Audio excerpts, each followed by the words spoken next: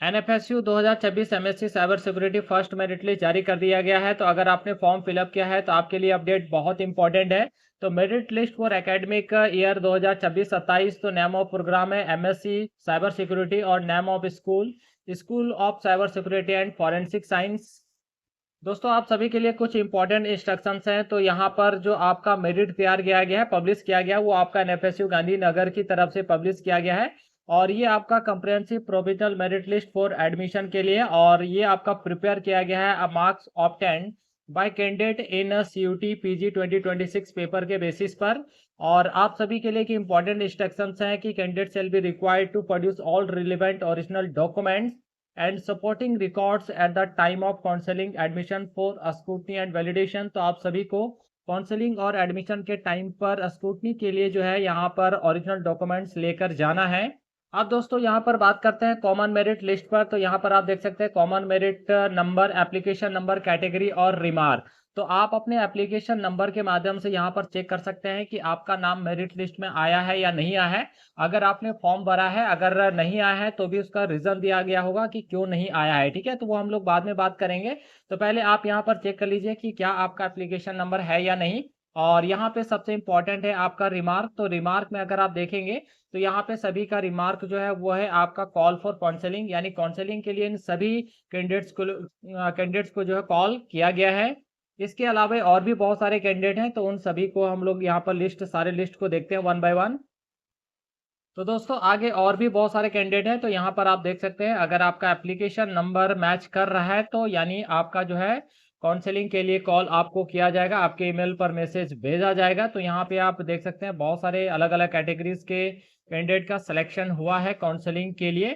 ठीक है, और नीचे हम लोग सारे कैटेगरी वाइज भी यहाँ पर देखने वाले हैं कि AWS कैटेगरी के कितने कैंडिडेट्स का सिलेक्शन हुआ है, ओबीसी, एनसीएल, एससी, एसटी। ठीक है, तो ये सारा आप यहाँ पर प्रॉपर जो है लिस्ट यहाँ पर देख सकते हैं, जिसमें सभी कैटेगरी के कैंडिडेट हैं। ईडब्ल्यूएस भी है, ओबीसी, एनसीएल, जनरल, यूआर, सभी का यहाँ पे लिस्ट जो है वो जारी किया गया है। पूरा ये आपका मेरिट लिस्ट है। अगर आपने फॉर्म फिलअप किया है तो आप यहाँ पर एप्लीकेशन नंबर के माध्यम से जो है आप अपना चेक कर सकते हैं कि आपका मेरिट लिस्ट में नाम आया है या फिर नहीं आया है। ठीक है, तो यहाँ पे आप पूरा कैटेगरी भी देख सकते हैं, अपना एप्लीकेशन नंबर, रिमार्क।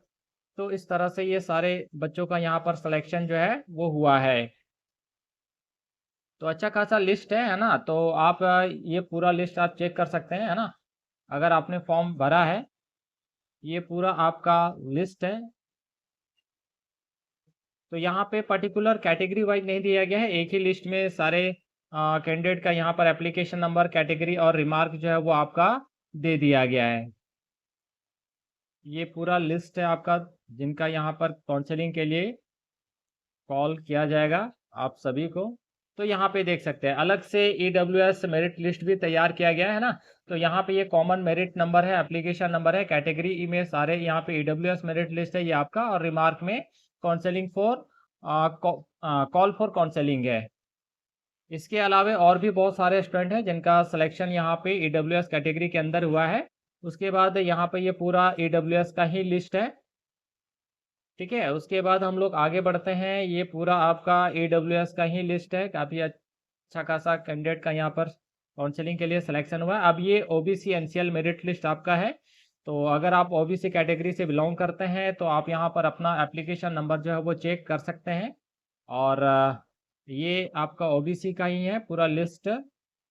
ठीक है, तो लगभग यहाँ पे आप देखें तो बहुत सारे बच्चों का सिलेक्शन जो है ओबीसी एनसीएल कैटेगरी के अंदर हुआ है।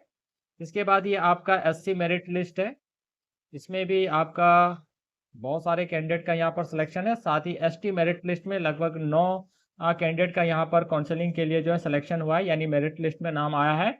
वहीं पीडब्ल्यूडी मेरिट लिस्ट की बात करें तो 3 कैंडिडेट का यहाँ पर जो है काउंसलिंग के लिए कॉल किया गया है। और उसके बाद सीडब्ल्यू मेरिट लिस्ट की बात करें तो इसमें टोटल 7 कैंडिडेट का यहाँ पर सिलेक्शन देखने को मिला है। अब यहाँ पर बात करते हैं इन एलिजिबल कैंडिडेट लिस्ट। अगर आपने एमएससी के लिए फॉर्म भरा था बट आपका यहाँ पर मेरिट लिस्ट में नाम नहीं आया तो उसका रीज़न यहाँ पर दिया गया है कि आखिर क्यों आपका मेरिट लिस्ट में सिलेक्शन नहीं हुआ है। ठीक है, तो यहाँ पे आपका एप्लीकेशन नंबर है, इधर आपका कैटेगरी है। अब यहाँ पे रिमार्क में देखिए, अनअवेलेबिलिटी ऑफ CUET स्कोर है ना, तो सीयूटी स्कोर आपका अवेलेबल नहीं होने की वजह से आपका नाम जो यहाँ पर मेरिट लिस्ट में नहीं आया है। और मैक्सिमम कैंडिडेट्स का जो रिमार्क है वो लगभग सबका सेम ही है। आगे देख लेते हैं कि और सभी का रिमार्क यही है फिर या फिर कुछ अलग भी है। तो देखिए, बाकी जितने भी कैंडिडेट हैं सभी का रिमार्क जो है वो एक ही है, अनअवेलेबिलिटी ऑफ सीयूटी स्कोर है ना। और इसमें भी आप यहाँ पे लगभग 31 कैंडिडेट हैं जिनका यहाँ पर मेरिट लिस्ट पे नाम नहीं आया है, उसका रिमार्क भी यहाँ पर दे दिया गया है कि आखिर क्यों आपका सिलेक्शन जो है वो नहीं हो पाया है। ठीक है, तो आई होप दोस्तों आप सबको वीडियो अच्छा लगा होगा। अगर वीडियो अच्छा लगा हो तो इस वीडियो को एक लाइक जरूर कीजिएगा, प्यारा सा कमेंट जरूर कीजिएगा, अपने दोस्तों के साथ इस वीडियो को शेयर जरूर कीजिएगा जिन्होंने आपका एमएससी प्रोग्राम के लिए फॉर्म फिलअप किया था। तो मिलते हैं नेक्स्ट वीडियो में इसी तरह के इन्फॉर्मेटिव वीडियोस के साथ। तब तक के लिए आप सभी को थैंक यू, बाय बाय। अभी तक आपने अगर हमारे चैनल को सब्सक्राइब नहीं किया है तो चैनल को सब्सक्राइब करके बेल नोटिफिकेशन ऑन जरूर कर लीजिएगा, ताकि जो भी नया अपडेट है वो आप तक पहुंच जाए।